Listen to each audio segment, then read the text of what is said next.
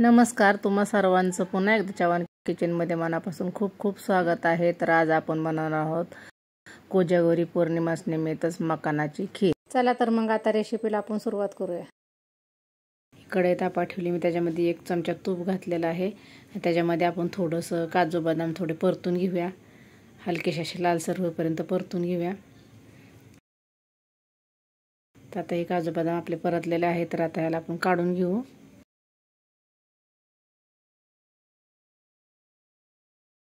त्याच्यामध्ये 2 वाट्या मखाने घेतलेले आहे।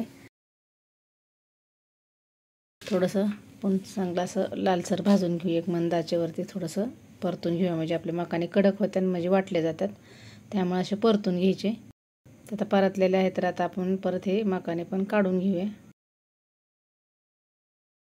काढून घेतल्याच्या नंतर आपण हे सगळे मखाने मिक्सरच्या भांड्यामध्ये टाकून घेऊ आणि त्याच्यामध्ये काजू बदाम पण टाकून मिक्सरला बारीक करून घ्यायचं। तसं बारीक जास्त करायचं नाही, असं जरा जाडसरच ठेवायचं। बघू शकता तुम्ही की मी जाडसरच ठेवलेला आहे। तर मी 1 लिटर म्हशीचं दूध तापायला ठेवलेलं आहे। चांगली अशी ह्याला उकळी फुटून दिली आहे।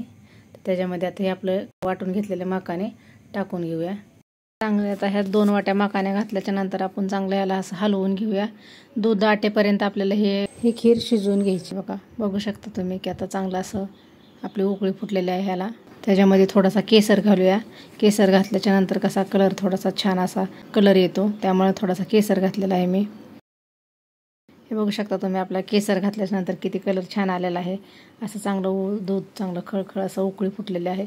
तर आपल्याला ही थोडंसं आटेपर्यंत घट्ट होईपर्यंत दूध आटवून घ्यायचं आणि त्याच्यात अशी चवीनुसार साखर टाकायची। मी 1 वाटीला थोडीशी कमी टाकली, तुम्ही हवे तर तुम्ही जास्त टाकू शकता, तुम्हाला जसं गोड आवडेल तसं। तर याच्यामध्ये मी थोडीशी विलायची 1 चमच विलायची घातलेली आहे। तर आता बऱ्यापैकी आपली खीर घट्ट झालेली आहे मखाण्याची, बघू शकता। तर नेहमी आपण कोजागिरी पौर्णिमेसाठी तांदळाची खीर करतो, तर ह्यावेळेस असं वेगळं काहीतरी तर म्हणलं मखाण्याची खीर बनवूया। तर खूप स्वादिष्ट होती आणि चवीला पण खूप छान लागते। तरी माझ्या पद्धतीने तुम्ही अशी मखाण्याची खीर बनवून बघा। माझ्या व्हिडिओला लाईक शेअर करा आणि चॅनलला सबस्क्राईब करा। पुन्हा भेटूया नवीन रेसिपी घेऊन। धन्यवाद।